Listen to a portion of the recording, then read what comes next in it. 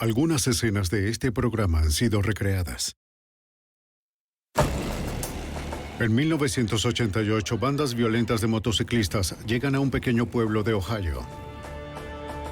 Y sin aviso ocurre un brutal asesinato. Cuando la policía se da cuenta de que esta banda podría estar involucrada, pide ayuda a los expertos en crimen organizado del FBI. La banda parece impenetrable, pero los investigadores están decididos a entrar y encontrar a los asesinos. La evidencia se acumula, no hay sospechosos evidentes. Asesino en serie fugitivo. Ted Kaczynski es arrestado.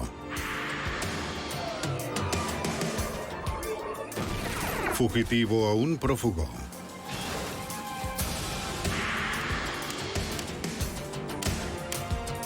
Los archivos del FBI. Cuando las bandas se enfrentan, no les importa quién pueda estar en medio. En 1988, un hombre inocente fue baleado cerca de Cleveland, Ohio, víctima de una iniciación mortal. Soy Jim Castron, exdirector del FBI en Nueva York. El FBI necesitaba infiltrarse en el violento y secreto mundo de la banda. Esperaban que las innovaciones en ciencia forense les ayudaran a encerrar a los asesinos. La iniciación.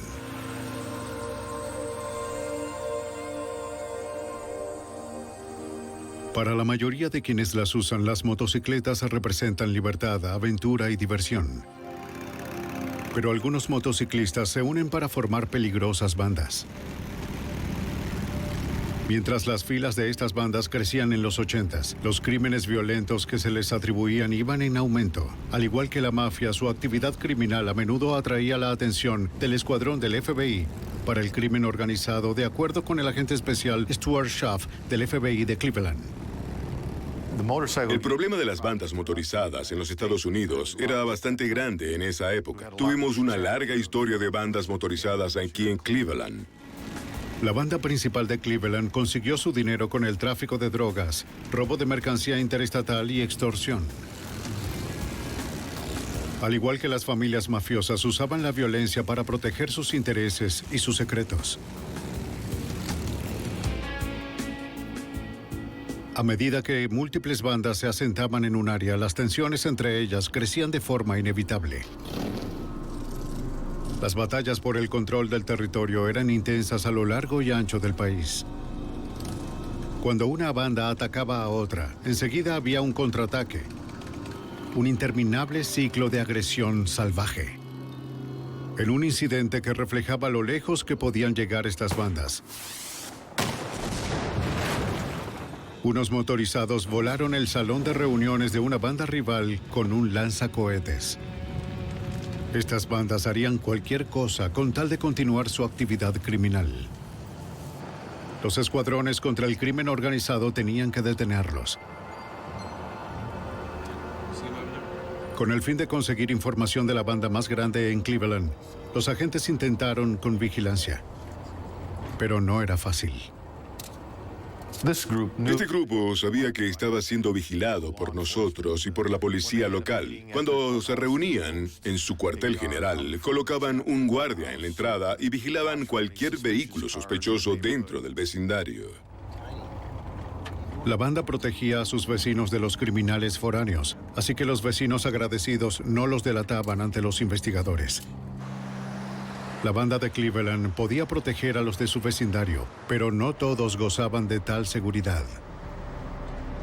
A las 10 en punto de la noche del 27 de febrero de 1988, en las afueras de Cleveland, en el condado de Perkins, David Harlop, un empleado de almacén de 28 años, y su compañero habían cerrado la tienda de música donde trabajaban. Harlop se dirigía a un banco cercano para depositar el efectivo de las ventas de la tienda. No sabía que tenía compañía dentro de su camioneta.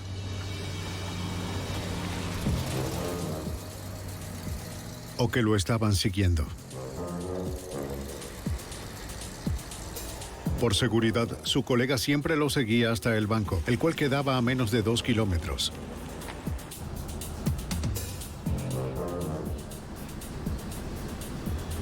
Ninguno de los dos notó el sedán oscuro que seguía el auto de Harlow. Para cuando llegaron al banco, su colega se había distanciado de él por 20 segundos. El golpe tomó menos tiempo que eso.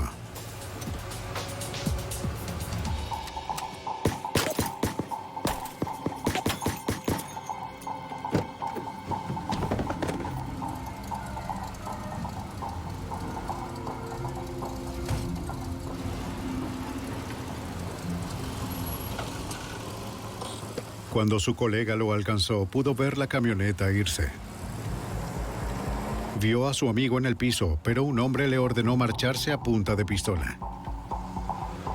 Otros clientes llegaron para usar el cajero automático, pero les apuntaron con un arma para que permanecieran en sus autos. Entonces el pistolero huyó corriendo, dejando a David Harlow tirado en el asfalto. 911. Sí, hubo un tiroteo. Necesitamos que vengan de inmediato. Dígame, ¿dónde fue? En 1988, el condado de Perkins era un pueblo pequeño con solo 11 oficiales de policía en la fuerza. Está bien, espera un segundo.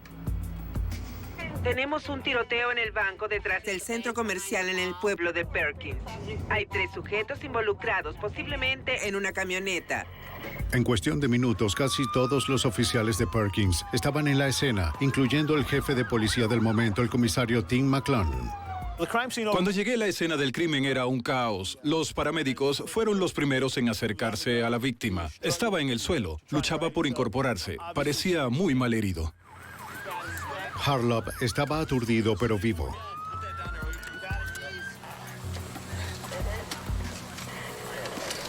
Las numerosas heridas de entrada y salida y la enorme pérdida de sangre impactaron a los paramédicos. Ninguno de ellos había manejado este nivel de heridas por arma de fuego antes.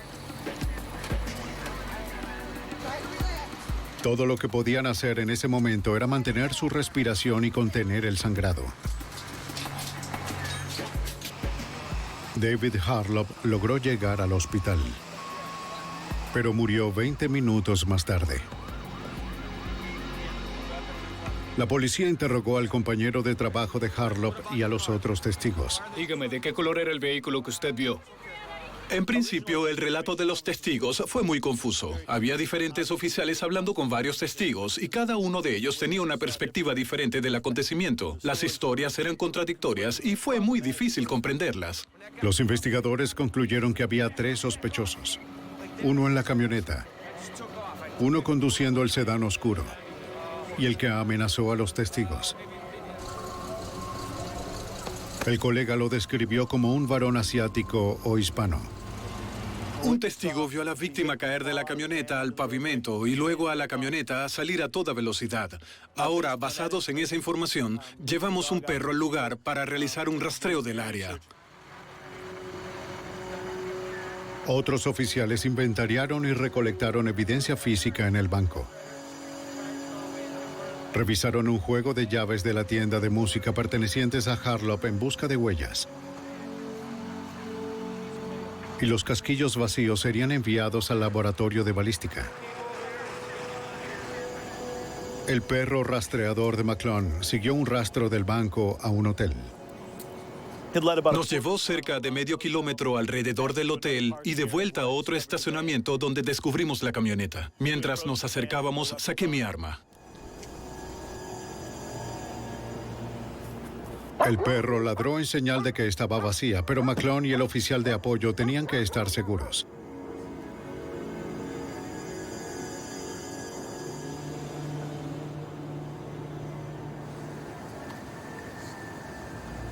No había nadie adentro.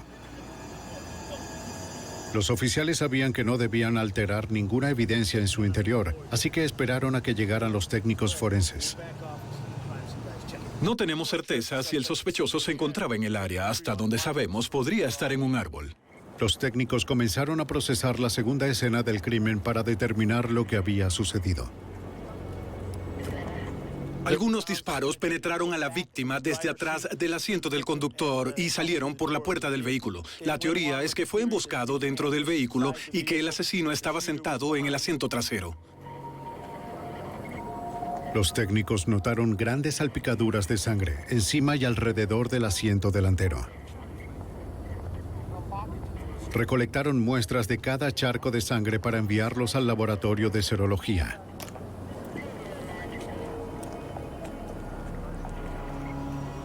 Entre los asientos encontraron un arma MAC-11 semiautomática. Por el tipo de arma que recuperamos, pensamos que estos no eran los típicos sujetos que se juntaron una noche para robar a alguien en un cajero, puesto que no es la clase de arma que sueles encontrar en un pequeño pueblo del Medio Oeste. Alguien había limado los cereales y colocaron una bolsa plástica para recoger los casquillos vacíos. Para la policía resultaba extraño que un asesino tan meticuloso hubiese dejado atrás una evidencia tan importante. Tal vez entró en pánico o resultó herido. Otra modificación en la MAC-11 incluía un silenciador casero. Nos hizo pensar que las personas involucradas eran, con gran probabilidad, gente muy profesional. Pero no eran expertos. El silenciador no estaba alineado de forma correcta, lo cual hizo que cada bala se partiera en dos y que volaran restos de metralla por toda la camioneta. Sabíamos que estaba haciendo un depósito en el banco, por lo que pensamos que eso era parte del plan para el robo. Sin embargo, dentro de la camioneta se recuperó la bolsa con efectivo de la tienda de música. Entonces, ¿dejaron la bolsa de dinero? Sí, tiene algunas facturas dentro. Se encontró la bolsa de dinero en la camioneta con más de $4,000 en su interior. Entonces, la teoría fue desechada. Los técnicos de la escena del crimen recuperaron múltiples fragmentos de bala y algunas balas completas en la camioneta. Se determinó que fueron disparadas 13 balas. Encontramos casquillos 9 milímetros. Todas desde atrás. Una ejecución brutal. Alguien lo quería muerto. Allí hay muchos posibles móviles. Quizás fue un homicidio por contrato. Pudo haber sido un asesinato a sueldo. Alguien lo quería muerto. McClone y otro agente canino se enfocaron en el rastro de los asesinos que se alejaba de la camioneta. Pero ninguno de los perros pudo olfatear nada preciso. Como agente canino, mi trabajo es interpretar lo que el perro intenta decirnos. Y en mi opinión, el perro intentaba decirnos que los asesinos huyeron en un vehículo. Mientras algunos agentes terminaban con la escena del crimen, otros se desplegaron por el condado buscando a 3 hombres en un sedán oscuro. Era el primer asesinato en Perkins en más de 10 años y la policía quería encontrar a los asesinos y rápido. La mañana siguiente, muy temprano, en el vecino pueblo de Sandusky, 2 oficiales regresaban a la estación de policía en medio de lo que creían era una guardia rutinaria.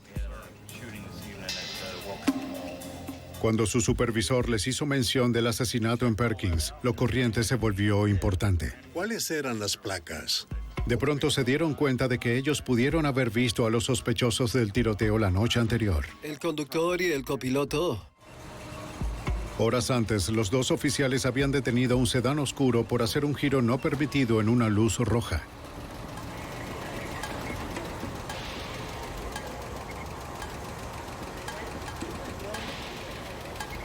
Habían identificado al conductor como Mark Verdi.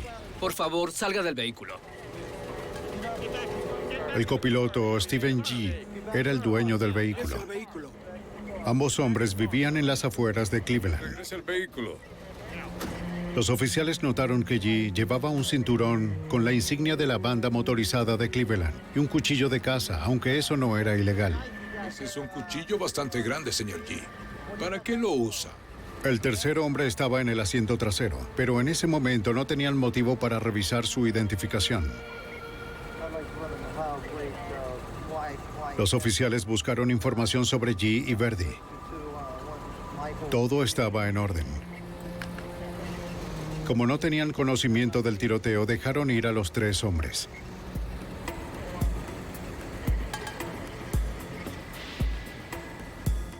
Los habían detenido a las 9:56 de la noche, 5 minutos después del asesinato y a casi 5 kilómetros de la escena del crimen.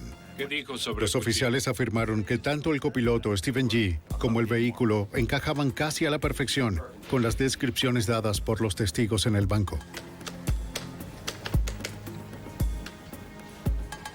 Los policías de Sandusky de inmediato alertaron a sus colegas en Perkins, frustrados porque los asesinos pudieran haber escapado debido a una falla en la comunicación. Comisario, le habla el teniente Fraduccia. Para ese momento, las comisarías de Perkins y Sandusky tenían jurisdicción limítrofe y operaban en dos frecuencias policiales diferentes. El oficial no tenía idea de que acababa de ocurrir un tiroteo. La insignia en el cinturón fue una clave importante. La policía sabía que cualquiera que llevara la insignia de una banda era un miembro en casi todos los casos. Si atrapaban a alguien usándola sin ser miembro, era castigado de forma violenta o asesinado. Ahora los investigadores tenían los nombres de los sospechosos, pero si una banda estaba involucrada, resolver el crimen sería casi imposible. La investigación de bandas criminales de motociclistas es muy particular. Ellos no cuentan sus secretos. De hecho, una de las bandas tiene un dicho que dice que 3 personas pueden guardar un secreto si 2 de ellas están muertas.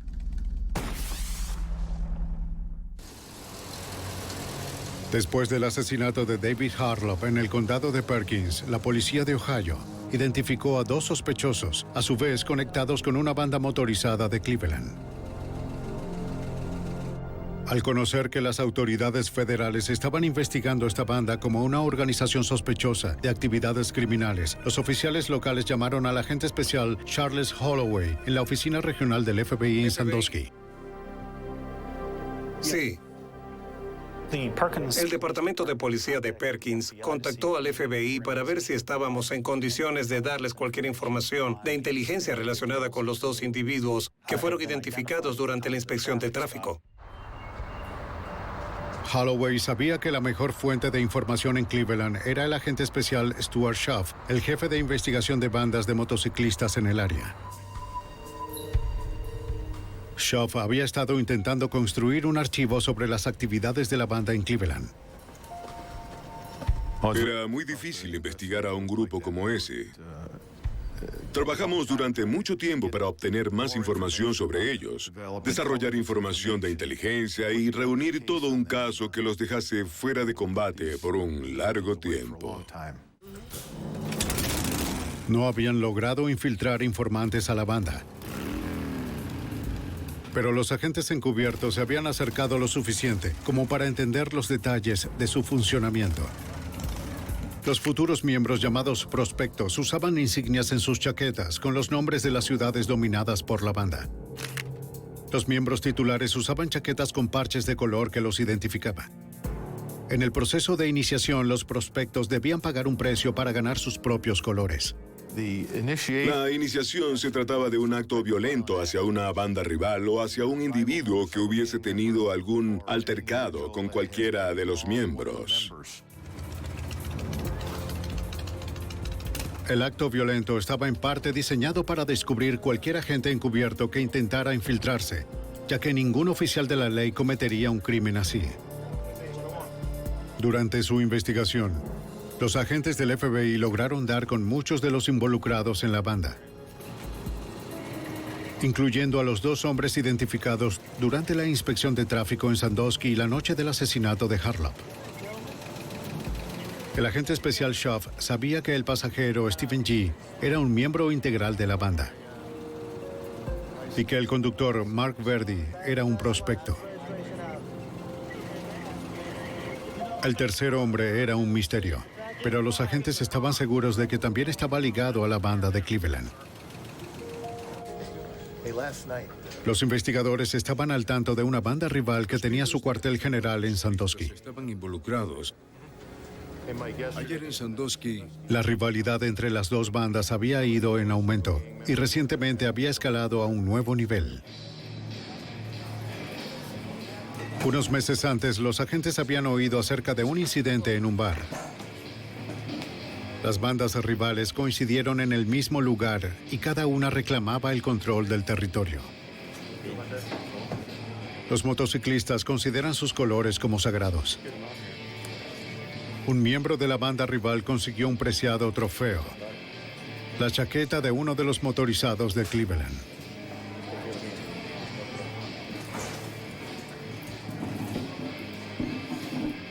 Era un insulto monumental.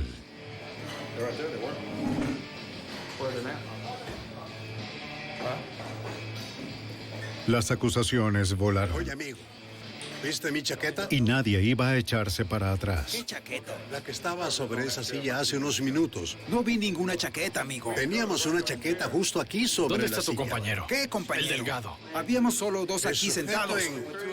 Vamos, hombre. Solo éramos dos aquí. ¡Ay, tiene un arma! Un motorizado de Cleveland resultó herido en la pelea. Los agentes tenían a un informante confidencial asociado con la banda. Él les dijo que después de la pelea estuvo en una fiesta donde la banda de Cleveland había comentado el incidente. Ellos buscaban vengarse. Nos dispararon. Y los prospectos vieron aquella venganza como una oportunidad para completar su proceso de iniciación. Muy bien, caballero. Los investigadores que habían comenzado a hacer el perfil de las dos bandas encontraron que un miembro de la banda rival manejaba una camioneta igual a la de David Harlow. Quizás lo persiguieron y cometieron un error, de acuerdo con el comisario de Perkins, Tim McClone. La víctima del caso, el señor Harlow, no tenía historia criminal. Y nada en su historial sugería que pudiera haber sido víctima de un asesinato por encargo. Las similitudes de los vehículos los llevaron a pensar que este era un caso de identidad equivocada, que fue asesinado porque su camioneta tenía las mismas características que la camioneta de la banda rival. Y averiguar lo que estaban pensando. Poco después del asesinato, los miembros de la banda de Cleveland aumentaron, de acuerdo con el agente especial del FBI de Sandusky, George Steinbeck. Tuvimos información de diversas fuentes que nos informaron de una fiesta en el área de Cleveland para celebrar a dos nuevos miembros, al menos dos nuevos miembros de la banda motociclista. Esto indicaría que ellos se habían convertido en miembros plenos como resultado de haber cometido un horrible crimen. Debido a la fuerte posibilidad de que la banda estuviese involucrada, el fiscal general asistente Jim Woolley y la Fuerza de Choque contra el Crimen Organizado de Cleveland fueron convocados. Todavía había algunos temas pendientes desde el punto de vista legal, incluyendo ir a los juzgados y buscar órdenes de cateo. Así que tan pronto como se hizo claro que estábamos frente a un posible golpe de una banda motorizada, trajimos a la Fuerza de Choque contra el crimen organizado para trabajar con el FBI y con el Departamento de Policía para ayudar a coordinar la investigación. La Fuerza de Choque tenía una teoría sobre el motivo y los nombres de dos de los tres sospechosos, Stephen G. y Mark Verdi. Necesitaban identificar al tercero y encontrar la evidencia que sacara a los asesinos de circulación. En Ohio, el FBI creía que una banda motorizada de Cleveland estaba detrás de un brutal asesinato por identidad equivocada. Identificaron a dos de los sospechosos como Stephen G. y Mark Verdi. El FBI los mantuvo bajo una ligera supervisión mientras continuaban con la investigación. El agente especial Charles Holloway estaba intentando identificar al tercer sospechoso, así que buscó ayuda con el experto Stuart Shaw. El agente especial Shaw nos entregó información sobre los antecedentes de G y de Verdi. Además, nos trajo tres nombres que podían ser o bien miembros o prospectos de esta banda motorizada, porque, según él, uno de ellos podía ser la tercera persona en el vehículo. Los investigadores necesitaban interrogar a estos tres hombres. Somos del FBI y quisiéramos... Los dos primeros motociclistas tenían sólidas coartadas para la noche del asesinato. Sus historias fueron confirmadas por fuentes cercanas, así que fueron eliminados como sospechosos. De acuerdo, muchas gracias. Pero el único que no habían podido ubicar en la lista era John Ray Bonds. Él encajaba con la descripción del hombre en el asiento trasero durante la inspección de tráfico. Los agentes del FBI en Cleveland entrevistaron a varios miembros de su familia y lo que ellos dijeron fue que John se había ido de vacaciones por 2 semanas. Su abuelo nos indicó que en ese tiempo John estaba usando un cabestrillo en su brazo y les dijo a ellos, a su abuelo y a su madre, que se había lastimado el brazo en el trabajo. Nadie en la familia sabía con exactitud en dónde Bonds estaba pasando las vacaciones. Mientras el FBI de Cleveland continuaba en la búsqueda de Bonds, el Departamento de Policía del cercano vecindario de East Lake entregó información importante sobre el sospechoso Mark Verdi, el conductor durante la inspección de tráfico. El detective Bob Jaxa investigó la pista. Un investigador de fraude de un banco local nos contactó y nos dijo que estaba investigando a Mark Verdi por un caso de fraude donde él había tomado un préstamo por varios miles de dólares, había usado una fianza de $10,000 para obtener el préstamo y terminó robándole a un amigo suyo y el dinero sobrante. Igual que otros investigadores del área, Jaxa estaba en conocimiento del asesinato de Harlow. Él sabía que Verdi era un sospechoso y que el FBI necesitaba más evidencia sobre él. Ir a la casa y registrarla. Así que pensamos que podríamos encontrar algo allí. Teníamos un caso de fraude y un caso de robo que podríamos investigar en conjunto y tal vez, con un poco de suerte, ayudaríamos a los otros agentes en su caso de asesinato. No podían cometer ningún error de procedimiento, de acuerdo con el fiscal general asistente Jim Woolley. Cuando no tienes a los procesados o a los criminales filmados en una grabación, cuando la gente no confiesa de inmediato, estás obligado a obtener evidencia de manera legal. Debes usar órdenes de cateo, usar citatorios, tienes que encontrar evidencia en una forma que sea legal para poder usarla después en la corte. Un juez de corte superior firmó una orden que le permitió a la policía de East Lake buscar evidencia del caso de fraude en la casa de Verdi. Los agentes del FBI lo acompañaron. Legalmente, ellos solo podían observar. Fuimos allí a buscar los documentos bancarios y para ver si había algo más que pudiera usarse como evidencia o que tuviese algo que ver con el caso del condado de Perkins. Les informamos al FBI que habíamos visto algo interesante.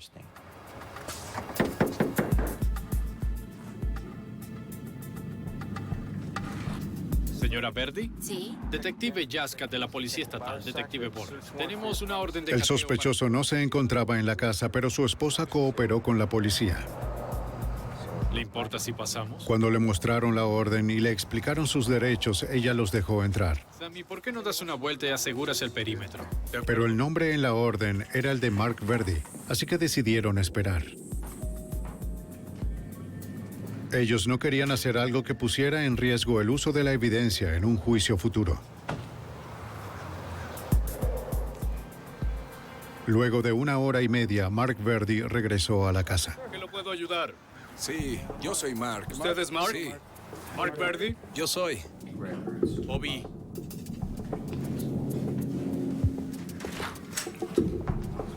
Hola, Mark. ¿Cómo has estado? Está bien, déjenlo entrar. Tenemos una orden de cateo para tu residencia. Algunos agentes federales están aquí y también unos detectives de East Lake. Permaneció impávido ante la presencia policial. Echa un vistazo. Tenemos un caso de robo, ¿recuerda? ¿Quieres revisarlo? ¿Recuerda el préstamo que solicitó al banco hace unos años? ¿Los $7,000? ¿Recuerda a ese amigo suyo que le dio una fianza por $10,000? Terminó cobrando esa fortuna en su nombre. ¿Recuerda eso? Escuchó lo del caso de fraude en su contra y que con la orden podrían registrar toda la casa. De acuerdo. Ted, Chris, ¿por qué no comienzan arriba? Jimmy, ¿qué te parece si tú y Kenny van al sótano y buscan por allá? De acuerdo, está bien. Adelante.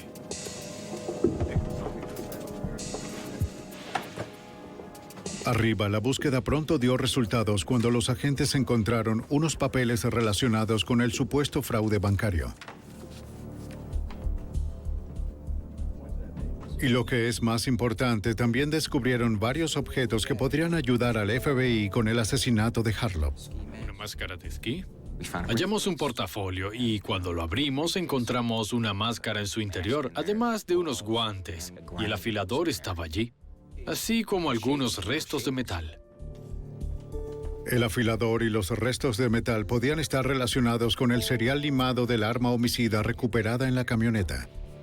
¿Ves este mapa? ¿Puedes ver este mapa? Este es de donde obtuvo Es todo el todas área. las cosas. Mientras buscábamos, vimos este mapa doblado de una manera inusual. Lo abrimos y allí podía ver toda el área de Sandusky, Perkins, resaltada y enmarcada. El asesinato había tenido lugar en el condado de Perkins y Verdi había sido detenido en el condado vecino de Sandusky. El mapa del área de Sandusky dobladas. Era el momento para que el agente especial Stuart Schaff y sus colegas asumieran un papel distinto al de meros observadores. Por mi orden, regreso en un minuto. Decidimos obtener una orden de cateo federal y lo hicimos esperando en la residencia mientras algunos agentes iban a la oficina en busca de la declaración jurada y de la orden. Con la orden federal esquematizando la evidencia buscada en conexión con el asesinato, los agentes podían conducir una búsqueda adicional en la residencia de Verdi y llevarse los objetos relacionados.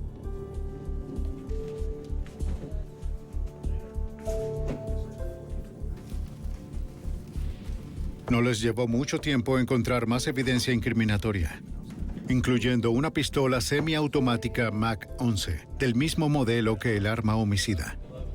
Los cereales también habían sido limados del mismo modo que los del arma usada por el asesino. Ninguna ronda. Está limpia. Bien. También hallamos un revólver en el gabinete. Encontramos bolsas de basura de un material similar al usado en la bolsa colectora de los cartuchos provisional de MAC-11 que fue usada en el homicidio. Con la causa probable en aumento, los agentes procuraron una tercera orden, esta vez para el vehículo que Mark Verdi condujo la noche del asesinato. En el garaje del edificio federal de Cleveland, los técnicos del FBI procesaban el auto del sospechoso Stephen G. Aunque habían transcurrido 2 semanas desde el asesinato para el agente especial Holloway, el auto aún contenía evidencia. Durante el procesamiento, localizamos 2 casquillos 9 milímetros en el interior del vehículo. El calibre 9 milímetros era el específico para ser usado en un arma tipo MAC-11. Los agentes enviaron los casquillos al laboratorio de balística del FBI para ser comparados con los del arma homicida. Algunos cabellos. Los técnicos también hallaron algunas muestras de cabello en el asiento trasero del vehículo. Y encontramos salpicaduras de lo que se determinó como sangre humana en la parte de atrás del asiento del copiloto. Al diluir la sangre en agua destilada, los técnicos obtuvieron algunas muestras. Se preguntaban si la sangre habría llegado allí la noche del tiroteo. Claro que sí. Los análisis demostrarían que no era el mismo tipo de sangre de la víctima. Tal vez era del asesino. Los investigadores recordaron que las balas habían sido partidas en 2 por el silenciador defectuoso. Quizás habían herido al tirador.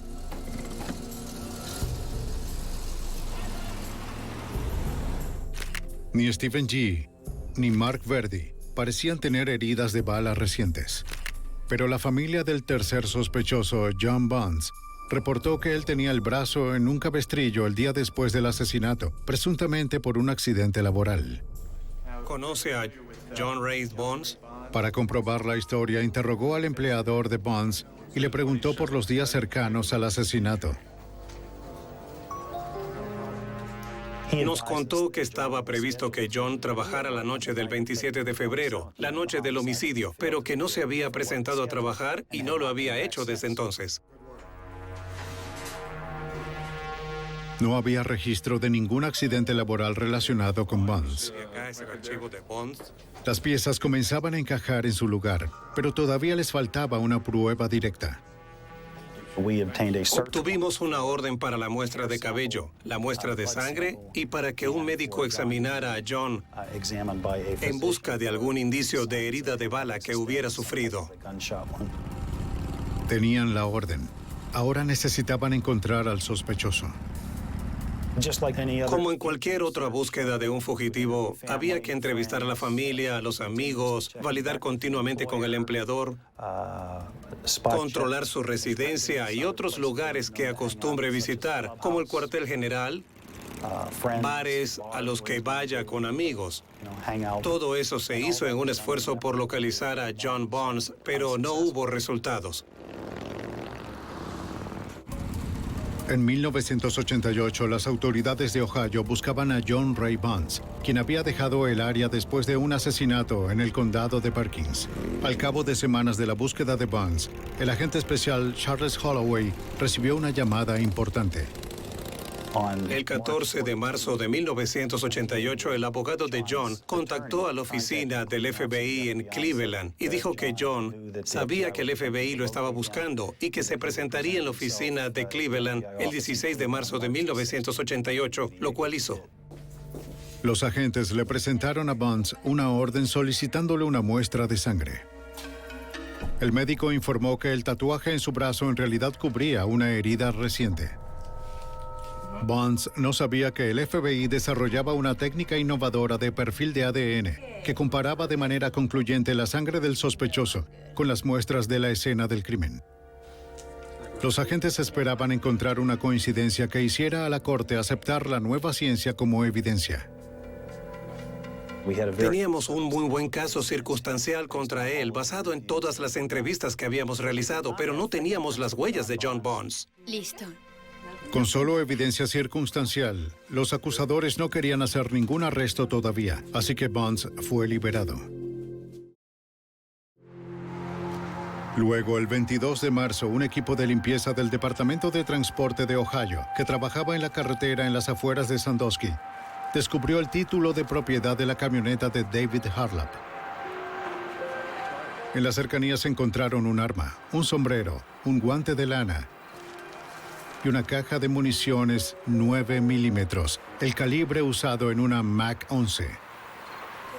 Conscientes del asesinato de Harlap, llamaron a las autoridades.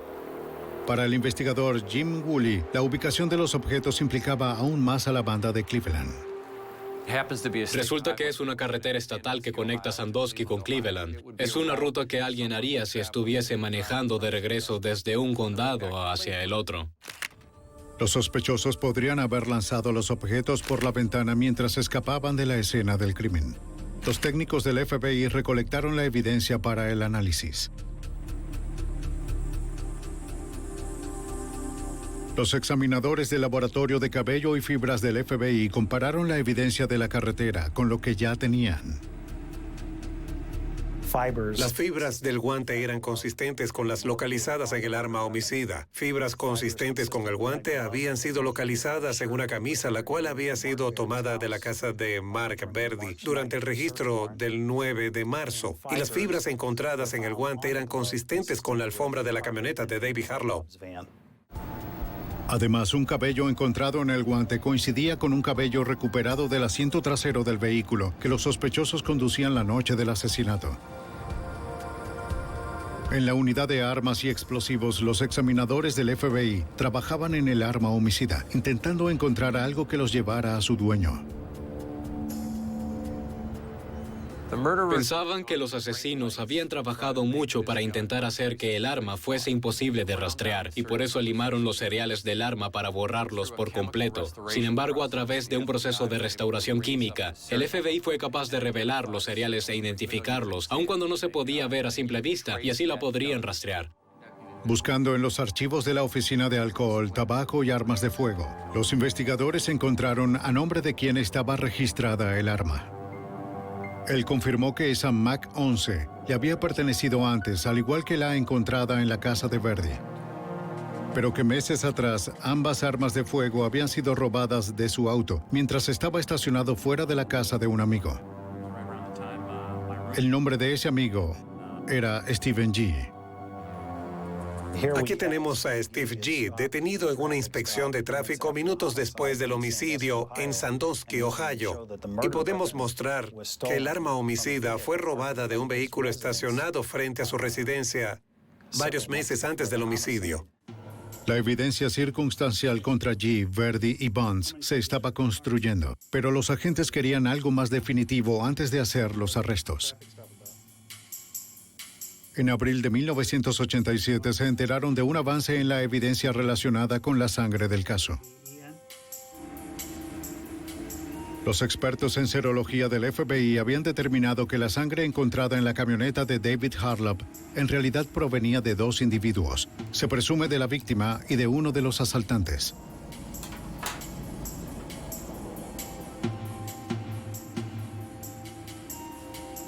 Los examinadores compararon la sangre de la camioneta de la víctima con la encontrada en el vehículo del sospechoso. Los resultados llegaron y nos dijeron que la sangre recuperada en el vehículo de Steve G. coincidía con la que se había recuperado en el vehículo de Harlop. La coincidencia era solo a nivel del tipo de sangre.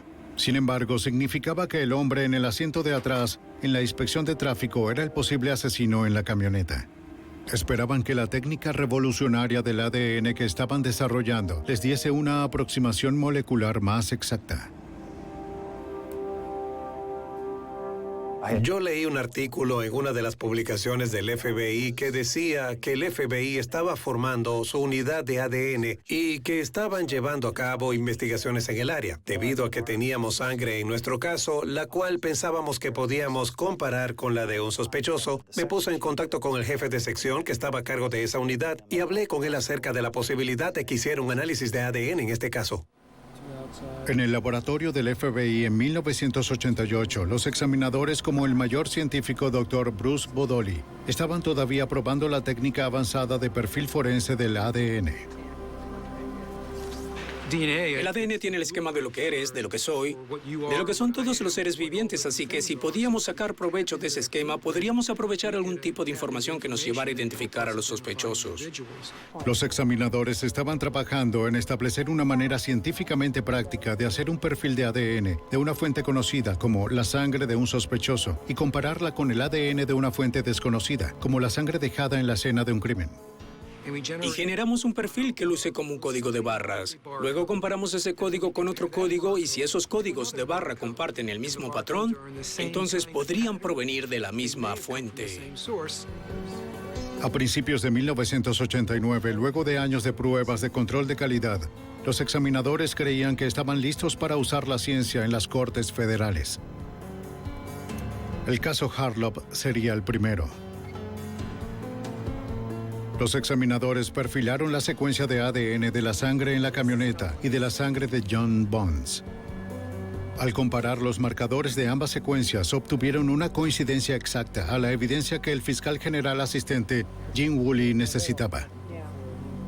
El ADN era una pieza crítica en el rompecabezas porque proveía evidencia virtualmente concluyente de que John Ray Bonds, miembro de una banda motorizada, tercer hombre en el asiento trasero del vehículo con Steve G. y Mark Verdi, detenido 5 minutos después del homicidio, había sangrado dentro de la camioneta. El 7 de marzo de 1989, más de un año después del asesinato, era momento de traer a los asesinos. Horas antes del amanecer, los equipos SWAT se preparaban para la aprehensión simultánea de los 3 sospechosos. Ellos sabían que era mucho más seguro capturarlos mientras aún dormían.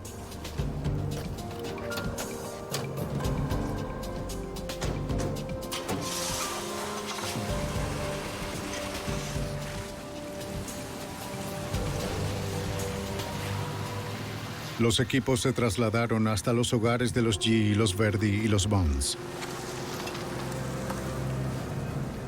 Esperaban dar el golpe antes de que los sospechosos pudieran prevenirse uno al otro o escapar. Un equipo se movía en la casa de Verdi, mientras que otro entraba en la de G. ¡FBI, salga! ¡Salga! ¡Salga ahora, señor! Mark Verdi fue arrestado sin resistencia. ¿Hay alguien adentro? Al mismo tiempo, a 32 kilómetros de allí, su compañero de banda, Stephen G., también era llevado en custodia. Pero el tercer sospechoso, John Ray Bonds, no estaba en casa. Ni tampoco con otros miembros de su familia. El hombre que los investigadores creían un asesino despiadado, de nuevo se había dado a la fuga.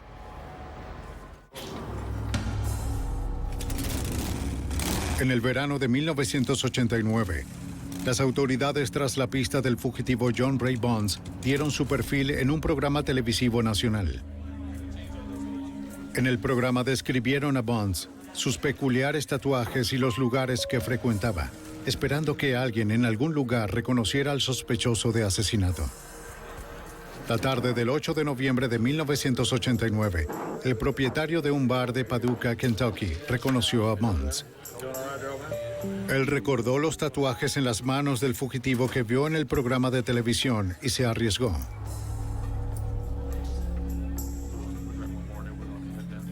Contactó al comisario local, quien llamó a la oficina regional del FBI en Paducah. Ellos estaban listos para arrestar a Bonds, pero debían ser cautelosos, de acuerdo con el agente especial Stuart Schaff. Pensaban que si entraban al bar podría haber problemas, porque habían muchos otros motociclistas dentro y no querían ningún tipo de confrontación. Pensaban que sería mucho más seguro montar una especie de alcabala de carretera. El FBI, la Policía Estatal de Kentucky y oficiales locales elaboraron un falso accidente de tráfico en un camino que conducía del bar hasta un conocido cuartel general de motorizados de la zona. Cuando Bonds y otro miembro de la banda dejaron el bar, los agentes los siguieron. Como lo esperaban, el par se dirigía hacia el cuartel general cuando se encontraron con el camino bloqueado. Oiga, tenemos una ligera perturbación más Un adelante. patrullero les indicó que continuaran. No te preocupes, actúa. Y algunos policías encubiertos se incorporaron detrás de ellos. Aunque él no lo sabía, Bonds estaba rodeado. ¡Salgan del vehículo! ¡Salgan del vehículo ahora! ¡Fuera del vehículo! ¡Vamos! ¡Manos arriba! ¡Manos arriba! ¡Manos arriba, dije! Casi 2 años después del asesinato de David Harlap, John Ray Bonds estaba por fin en custodia. Ahora, él y los otros 2 sospechosos, Stephen G. y Mark Verdi, irían a juicio por el homicidio. El mayor científico del FBI, Dr. Bruce Bodoli, tenía que ayudar a convencer a los jueces federales de que la evidencia del ADN debía ser admitida en el juicio. Al ser introducidas en la corte, estas nuevas tecnologías no serán aceptadas con facilidad, así que yo tenía la responsabilidad de defender la tecnología para demostrar que llenaban los estándares científicos para ser admitidas en toda la corte. Luego de meses de audiencias, el fiscal general asistente John Woolley logró que la evidencia obtenida con el ADN fuese admitida. Esta prueba, más el resto de la evidencia, le dio más confianza para ir al juicio. Este es un caso en el que cada pieza de evidencia se recolectó y procesó a través del análisis forense, análisis de balística, análisis serológico, químico, de cabellos y de fibras, análisis del ADN y la restauración de los cereales. Así, empiezas a construir todas esas cosas, una sobre otra, y, en realidad, al abogado defensor le quedó muy poco que decir cuando se encontró frente a un caso como este. Stephen G., Mark Verdi y John Bonds fueron todos encontrados culpables de asesinato y sentenciados de por vida. Una investigación implacable puso a 3 asesinos tras las rejas y ayudó a abrir las puertas para una tecnología forense que ha cambiado la investigación criminal para siempre.